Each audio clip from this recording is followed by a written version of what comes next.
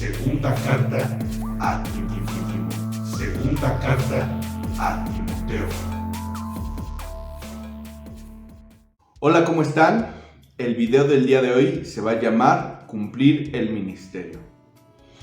Cuando alguien va a una entrevista de trabajo en una empresa, lo que quiere saber de la empresa es, pues, ¿qué hacen?, ¿no? Y lo que los entrevistadores se encargan en hacer primero es en platicarle cuáles son las actividades que tiene que llevar a cabo, cuáles son las habilidades que requiere este trabajo, cuáles son los conocimientos que necesita para poder hacer bien todo lo que tiene que hacer. Una vez que les empiezan a explicar todo eso, también quieren saber si el entrevistado tiene lo que se requiere. Y en cierta manera tiene que ver con lo que vamos a ver hoy. La iglesia no es ninguna empresa, ¿verdad? Por lo menos no en ese sentido del que lo entendemos comúnmente. Pero si queremos entender cuál es la labor de la iglesia, o por lo menos cuál debería ser esa labor que se le encomendó, pues una buena pregunta es: ¿cuáles son los encargos que se le hacen a los que trabajan para ella, a los que se dedican a ella y que la sirven? Vaya, ¿de qué trabajan los que trabajan en la iglesia? Y de esa manera entenderemos cuál es el objetivo de la iglesia, y aunque no nos dediquemos 100% de lleno a ella, como de nuestro trabajo de tiempo completo del cual vivimos, aún así podemos unirnos y trabajar para ella en los dones que Dios nos ha dado a cada uno. Por eso se llama cumplir tu ministerio. ¿Oramos?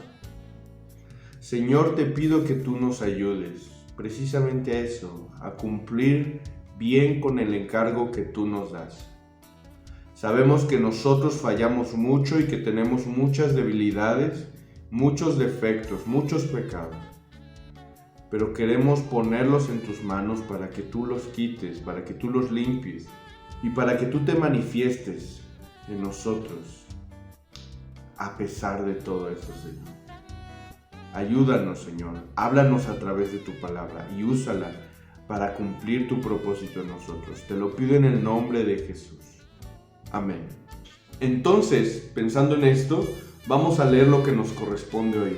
Ya empezamos el último capítulo de 2 de Timoteo y vamos a leer hoy del 1 al 5. Dice así el versículo 1 del capítulo 4. En la presencia de Dios y de Cristo Jesús, que ha de juzgar a los vivos y a los muertos, por su manifestación y por su reino, te encargo solemnemente. Este primer versículo, este primer punto que vamos a ver es perspectiva.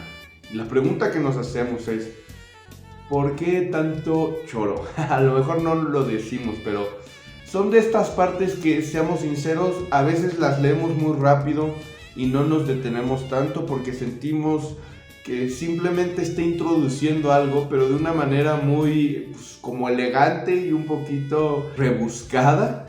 Y sentimos que a veces, pues, a lo mejor sería más fácil si Pablo simplemente dijera: te encargo esto, haz esto, ¿no? A veces sentimos que se alarga un poquito y usa de muchas frases. Pero ¿por qué introduce tanto? ¿Por qué se toma este tiempo en decir estas frases? Bueno, la respuesta creo que tiene que ver con que Timoteo y nosotros necesitamos ánimo. No basta con que conozcamos la verdad, sino que tenemos que perseguirla.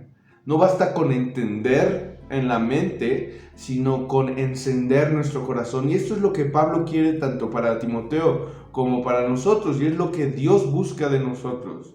Porque sabe cómo somos, sabe que tenemos estos defectos, que a veces conocemos la verdad, pero híjole, nos cuesta seguirla. Y vemos, eso es lo que deberíamos hacer, pero muchas veces no es lo que queremos hacer. Y pues el Señor nos tiene que de alguna manera despertar y encender nuestro corazón para que vayamos por eso. Y creo que la manera en que lo hace es con dos formas. Una es positiva y otra como negativa. Es decir, nos alienta, nos anima con lo positivo de hacer lo correcto, con las cosas buenas que obtendremos, con ese fruto deseado y anhelado que podemos obtener si nos ponemos obedientes, si nos ponemos dispuestos a Él, ¿no? Y también con una negativa es como el temor y el disgusto, ¿no? El deseo de no tener aquello que pasará si no obedecemos. Entonces, por un lado, queremos alejarnos de eso y por otro lado, acercarnos a lo otro. Y en este sentido, creo que es esta frase que dice Pablo aquí. Sí, Pablo le hace un encargo a Timoteo, pero antes le dice, te lo hago en presencia de Dios y de Cristo Jesús. De alguna manera nosotros sabemos que estamos en su presencia, porque lo estamos buscando, porque estamos en su casa, porque estamos sirviéndolo a Él antes que a cualquier persona. Entonces estamos con Él, y más aún Él está con nosotros, y está bendiciendo nuestros esfuerzos, aunque muchas veces no lo vemos. Esa es la promesa que el Señor nos dio en la Gran Comisión. Dijo, vayan y hagan discípulos a todas las naciones, bautizándolos en el nombre del Padre, del Hijo y del Espíritu Santo, y enseñándoles que guarden todas las cosas que yo os he mandado. Y ahí la promesa. Y he aquí, yo estoy con vosotros todos los días, hasta el fin del mundo. Y esa promesa nos anima. No estamos solos. Y no estamos a la deriva. No nos han dejado para que nosotros hagamos lo que se nos ocurra. El Señor está apoyándonos y está guiándonos y está alentándonos y nos muestra su amor así. También en Juan 12 Jesús dijo, si alguno me sirve, sígame, y donde yo estuviere, allí estará también mi servidor. Si alguno me sirviere, mi Padre le honrará. La promesa del Señor es que cuando le estás sirviendo, estás con Él. Y ese es un ánimo. Hay mucho fruto, hay mucha bondad cuando estás en presencia de Dios buscándole y esperando que Él regrese. Hay una esperanza, hay un premio, hay un galardón guardado para ti. Entonces, ánimo Timoteo, ánimo para que alcances aquello por lo cual fuiste llamado. Y por otro lado, en la parte negativa, hay un cierto temor de que si no hacemos y no cumplimos fielmente con este encargo, hay algo negativo, consecuencias que no nos gustan y que queremos evitar. Nosotros tenemos una mala reputación del miedo, del temor, pero Dios puso el miedo precisamente para eso, para que huyamos de las cosas que son inconvenientes, que son desagradables o peligrosas. Y Pablo le está diciendo a Timoteo, mira, estamos en presencia de Dios y de Jesús. Recuerda que Él va a juzgar a todos, tanto a vivos cuando Él regrese, como a muertos. Entonces, pon atención a este encargo que te voy a dar. Es la misma idea que Pablo tenía con los corintios cuando les dijo, conociendo pues el temor del Señor, persuadimos a los hombres, pero a Dios le es manifiesto lo que somos, y espero que también lo sea a vuestras conciencias. Es decir, lo que Pablo le está diciendo a los corintios como a Timoteo es, mira, nosotros vamos a ser juzgados, y por la gracia de Dios vamos a ser salvos, pero también se nos va a demandar cuentas de lo que hicimos, de la fidelidad que tuvimos en nuestro servicio. Entonces, como no quieres salir mal en esa prueba, busca ser fiel en tu ministerio, cumple con tu encargo. Ahora, esta no es la razón principal, sino pensando en que las personas van a ser juzgadas. Persuade a los hombres, persuadimos a los hombres, dice Pablo. Pensando en ellos, persuadimos a los hombres. Les predicamos y cumplimos con nuestro ministerio, que es justo el siguiente punto en el siguiente versículo. Vamos a seguir leyendo. Predica la palabra, insiste a tiempo y fuera de tiempo, amonesta, reprende, exhorta con mucha paciencia e instrucción. Este segundo punto es la labor. Ahora sí el encargo, ¿no? Ahora sí, ¿de qué se trata? ¿Qué es lo que la iglesia, qué es lo que los pastores, los maestros, los que se dedican a la iglesia tienen que hacer? ¿Cuál es su labor? ¿Cuál es la descripción de su trabajo? Es esta: En el primer versículo vimos la perspectiva que debe de tener. Eso le va a causar ánimo, lo va a mover, lo va a alentar y va a querer huir de lo malo, ¿no? Pero lo va a mover a lo bueno. ¿Cuál es lo que tiene que hacer? ¿No? Ya estás animado, pero ¿para hacer qué? Aquí dice la labor. Predica la palabra. Y escucha la primera palabra de este versículo. Predica. Sentimos que como los tiempos son modernos, hay que cambiar de estrategias, hay que modernizarnos y hay que hacer otras cosas. Y mira, hay muchas cosas que se pueden hacer tanto dentro como fuera de la iglesia que son buenas. Podemos usar muchos recursos, podemos emplear muchas estrategias y todas van a ayudar para muchas cosas muy buenas. Pero no se puede sustituir la predicación. La predicación es necesaria y es la herramienta que Dios usa a través de las personas para cumplir su propósito. Y en sí lo que hace la iglesia es predicar la palabra. Y esto no quiere decir que no haya muchos diferentes ministerios que de alguna otra manera se complementan y son bastante distintos entre sí, pero ninguno de estos sustituye la predicación de la palabra. Y es más, ni siquiera diríamos que la iglesia hace tantas actividades que todas son como que de la misma manera. Si no hay predicación de la palabra, muy fácilmente se puede convertir la iglesia en otra cosa, en una beneficencia, en simplemente una reunión. El objetivo no está claro, pero Dios ha puesto la predicación y eso no se puede sustituir. Es lo mismo que Pablo le dijo a los corintios. Pues ya que en la sabiduría de Dios, el mundo no conoció a Dios mediante la sabiduría, agradó a Dios salvar a los creyentes por la locura de la predicación. La manera en que Dios salva a los suyos es por la locura de la predicación. Y por eso es que esta es la labor, este es lo que tenemos que hacer, lo que nos dedicamos a ella y de alguna manera u otra a lo que se alinea la iglesia, lo que todos buscan, es la palabra predicada, predicarla. Eso es lo que está diciendo aquí. Luego dice, ¿qué debemos predicar? Ahora sí, la palabra. Y eso es lo que hemos visto. Evidentemente, es las sagradas escrituras de las que se hablaba en el capítulo pasado. Esta palabra de Dios que está inspirada por Él y que es útil debido a que es la palabra de Dios mismo, por eso tiene tanto poder y por eso nosotros confiamos en ella.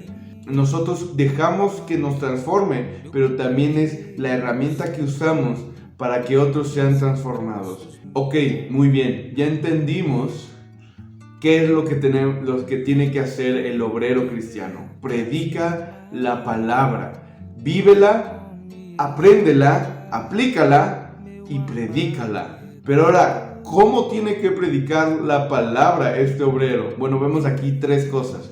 La primera es con insistencia. Dice, a tiempo y fuera de tiempo. Ahora, no creo yo que esté hablando aquí sobre ser imprudente con las personas. No está diciendo, interrúmpalos, no los tomes en cuenta, no los escuches, tú predícales. No es eso, sino lo que está diciendo es, va a haber momentos, tiempos, situaciones, que son difíciles y situaciones que son más propicias para predicar. Predica en las dos, esté difícil o esté fácil, pero no habla de ser imprudente con las personas, sino de ser insistentes en las situaciones, es decir, sea buena o mala, tú predica. Y yo creo que algo así tenía en mente Salomón cuando escribió Eclesiastés y puso esto: el que al viento observa no sembrará, y el que mira las nubes no segará. Como tú no sabes cuál es el camino del viento, o cómo crecen los huesos en el vientre de la mujer encinta, así ignoras la obra de Dios, el cual hace todas las cosas. Por la mañana siembra tu semilla, y a la tarde no dejes reposar tu mano, porque no sabes cuál es lo mejor, si esto o aquello, o si lo uno y lo otro es igualmente bueno. Cuando a veces tenemos esta reticencia a decir, híjole, es que no es un buen momento. A lo mejor no hay tanta disposición, a lo mejor no hay tanta facilidad, a lo mejor faltan más estudios, a lo mejor necesito más preparación. Tenemos que tener cuidado porque todo esto puede ser cierto y puede ser bueno y verdadero, pero a veces nunca vamos a sembrar si siempre nos la pasamos viendo las nubes, porque nunca es un día perfecto para sembrar. Y por eso dice en Eclesiastés, siembra tu semilla en el día y en la tarde, siémbrala porque no sabes cuál es mejor. Entonces es en ese sentido que no debemos de estar fijándonos si es tiempo, si las nubes son buenas o si no es tan buen tiempo. Hay que sembrar y hay que procurar hacer la labor que nos corresponde. La segunda cosa que veo aquí es que lo tenemos que hacer a conciencia y justo esto se complementa con lo anterior, porque hacerlo con insistencia no significa hacerlo impensadamente, sin considerar con quién estamos hablando y cuál es la situación en la que está pasando. Fíjate que dice, amonesta, reprende, exhorta. Y estas son las mismas palabras que veíamos que la Biblia hace, que es útil para hacer eso. Entonces por eso al predicar la Biblia podemos hacer eso. ¿Qué cosas? Amonestar, reprender y exhortar. Y estas palabras tienen diferentes tintes. Unas palabras son un poco más duras, como amonestar o reprender. Y exhortar o enseñar tienen un tinte un poco más suave. ¿Qué quiere decir? Bueno, no le vamos a predicar toda la Biblia a todas las personas cada vez que hablemos con ellas. Pero lo que quiere decir es que nosotros debemos ver cuál es el estado en el que se encuentran y trabajar con ellas a partir de ahí. Entre los pastores hay una frase que se dice que su labor consiste en confortar al afligido y afligir al que está muy confortado. Algo así tenemos que hacer, es procurar ver cómo están las personas y procurar ver su estado y ver si requieren que sean confortados por el Señor o ver si más bien necesitan una corrección un poco más severa. Pablo dijo, yo me hice a los judíos como judío para ganar a los judíos y a los no judíos como no judíos para ganar a los no judíos. Es decir, no es que yo me adaptara a mis gustos y carnalidades, sino que las dejé con tal de procurar entender y alcanzar a aquellos a los cuales les estaba compartiendo.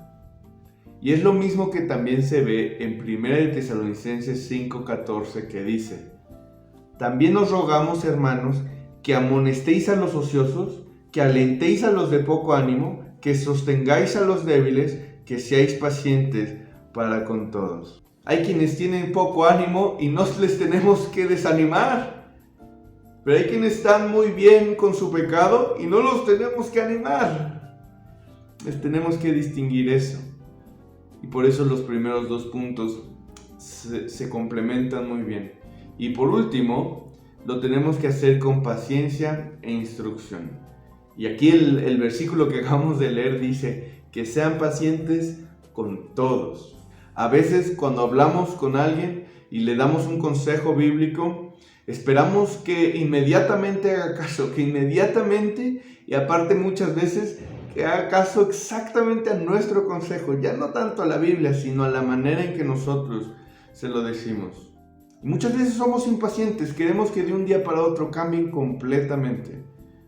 Tenemos que tener cuidado. Dios está trabajando con ellos, así como trabaja con nosotros, y lo van a entender poco a poco. Y es más, muchas veces no es que no lo entiendan, muchas veces nos afirman y repiten lo que decimos y lo creen, pero están trabajando en ello, requieren paciencia, lo mismo que nosotros. Y esa es la manera en que nosotros debemos de predicar, de ser estos portadores del mensaje de Dios, no solamente con nuestras palabras, sino también en el modo en que lo hacemos, con el Espíritu de Dios, con su amor y con su gracia. Vamos a seguir leyendo. Porque vendrá tiempo cuando no soportarán la sana doctrina, sino que teniendo comezón de oídos, Conforme a sus propios deseos, acumularán para sí maestros y apartarán sus oídos de la verdad y se volverán a los mitos. Este tercer punto es la razón. La razón por la cual este encargo es tan solemne, tan importante y por la cual lo tenemos que cumplir con muchas fuerzas y tenemos que aferrarnos a él. Y la razón tiene que ver con estos últimos momentos que estamos viviendo, con últimos tiempos.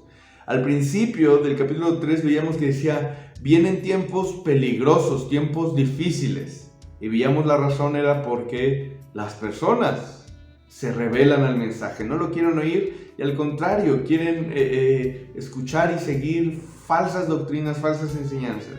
Y ahora vemos que se repite un poco esta idea.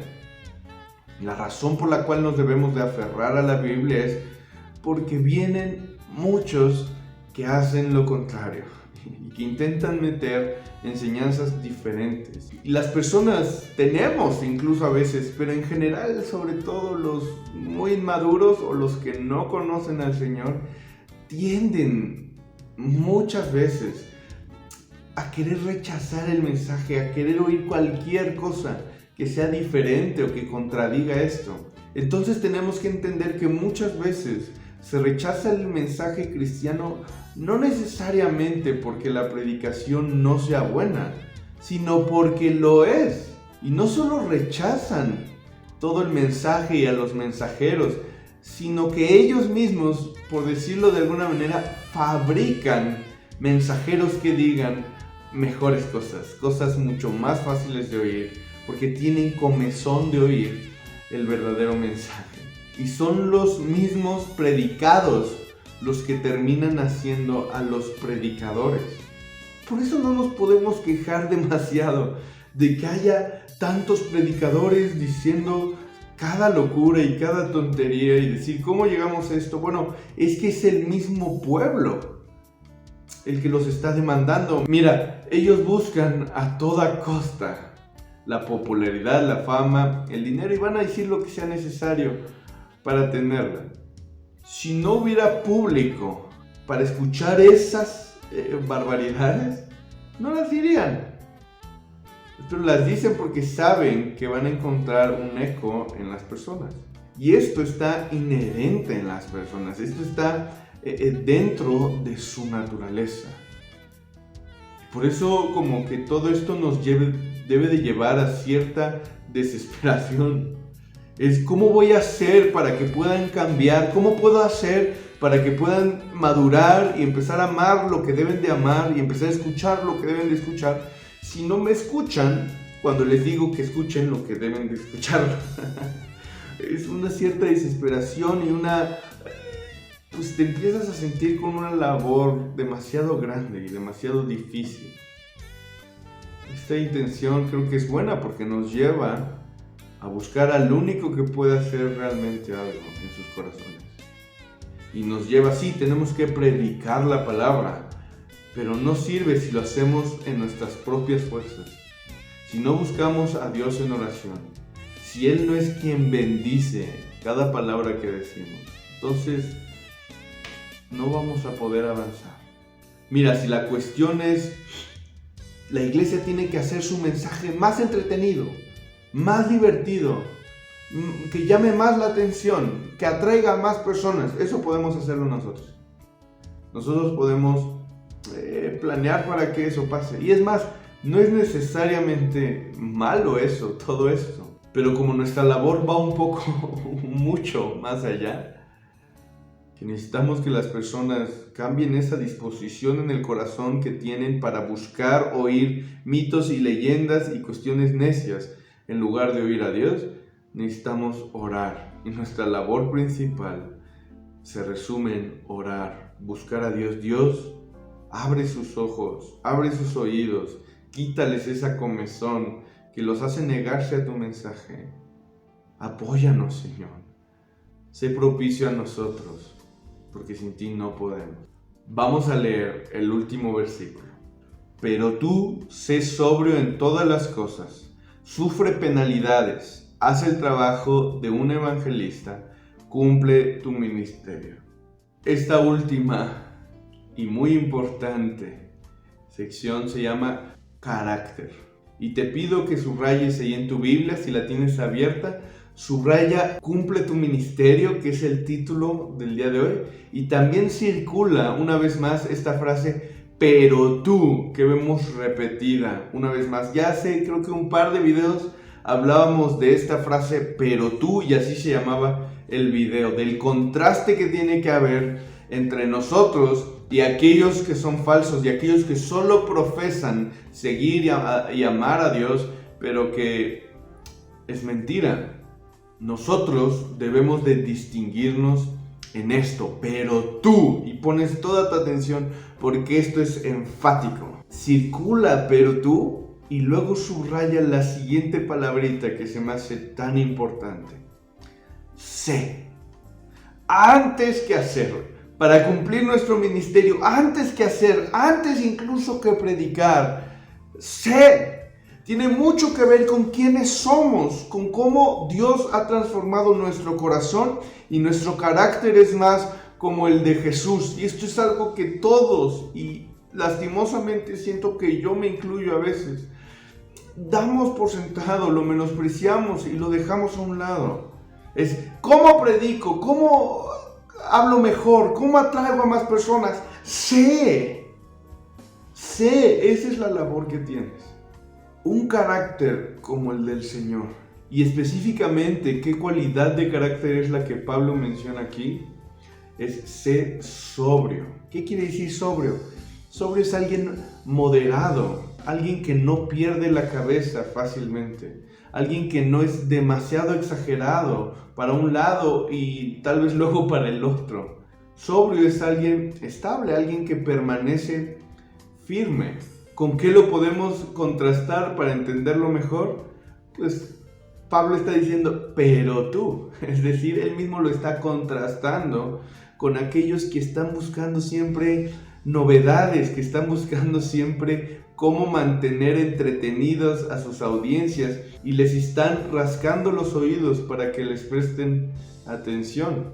Tú sé sobrio, es decir, te interesas genuinamente en ellos, pero no les vas a agradar de manera que cambies tu mensaje.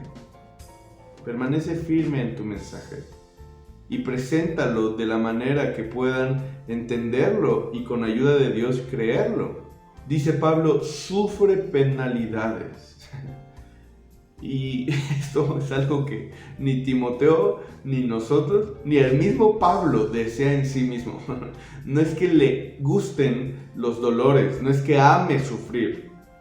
Pero entonces, ¿por qué dice sufre penalidades? Lo que está diciendo es, ellos no sufren la sana doctrina. Tú aguántala, aunque a veces te traiga cosas que son difíciles. Aunque a veces te mete en situaciones que no son del todo agradables. Es decir, sigue la sana doctrina, incluso si en ocasiones te trae sufrimiento. Entonces no es que buscas el sufrimiento, sino la sana doctrina. Pero sufres la sana doctrina, ¿por qué? Porque sabes que muchas veces y de manera segura traerá dificultades y sufrimientos. Entonces esto es lo que hacemos, cumplimos el ministerio y su labor sin hacer trampa.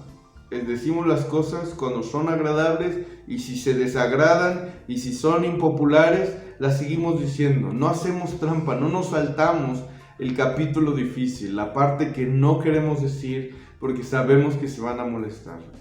Sufre esas penalidades y termina diciendo, cumple tu ministerio. Pablo le había dicho a los efesios que Jesús fue el que constituyó y que llamó a unos apóstoles, a otros profetas, a otros evangelistas y a otros pastores y maestros. ¿Para qué? Para edificar a los santos, para nutrir el cuerpo de Cristo. Esa es la idea, eso es a lo que el Señor nos ha llamado y la razón por la cual pone pastores, maestros, evangelistas. Y podemos en ese sentido verlo en tres maneras en que los edificamos.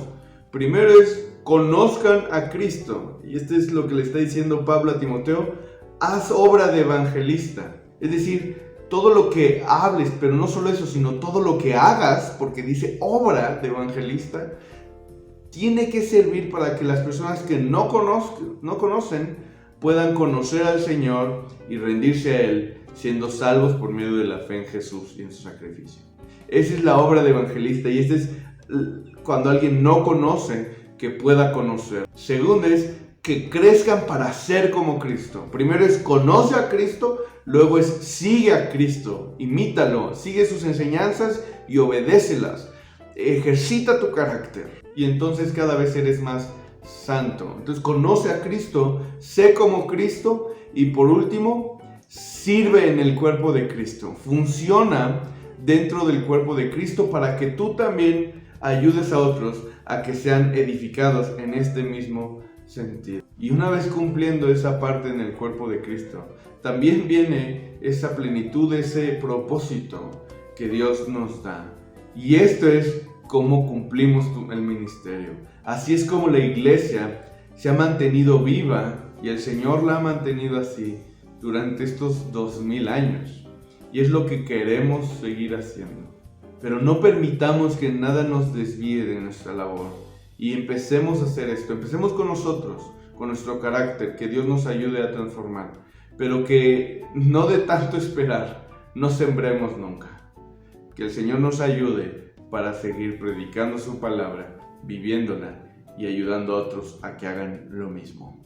Nos estamos viendo en el próximo video.